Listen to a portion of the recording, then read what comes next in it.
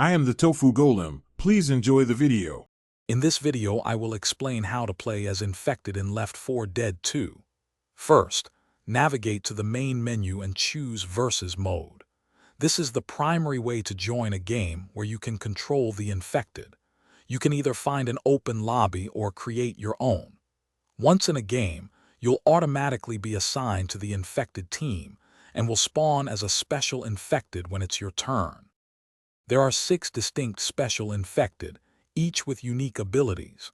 The smoker can pull survivors from a distance, while the hunter delivers powerful pounce attacks. The boomer's bile attracts hordes, and the charger can incapacitate one survivor. The spitter leaves damaging acid, and the jockey can steer survivors into hazards.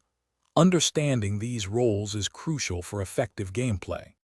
To be effective, coordinate your attacks with your team. A well-timed combination of a boomer's bile and a charger's slam can devastate the survivor team. Always look for opportunities to ambush from unexpected locations.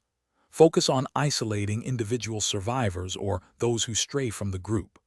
Utilize environmental elements, like ledges or tight corridors, to maximize your special infected abilities and prevent survivors from reaching their objective.